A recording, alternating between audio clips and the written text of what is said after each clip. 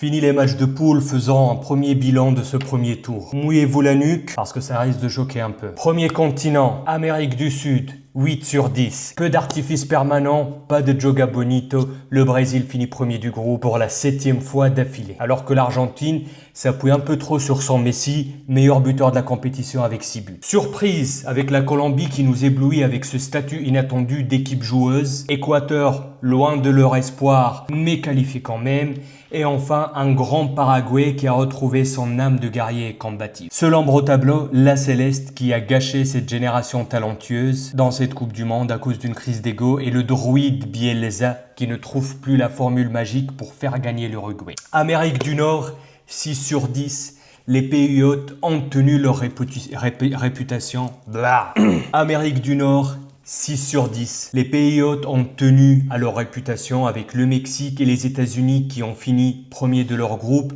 Les Canadiens survivent à la pression et finissent à la 2e place.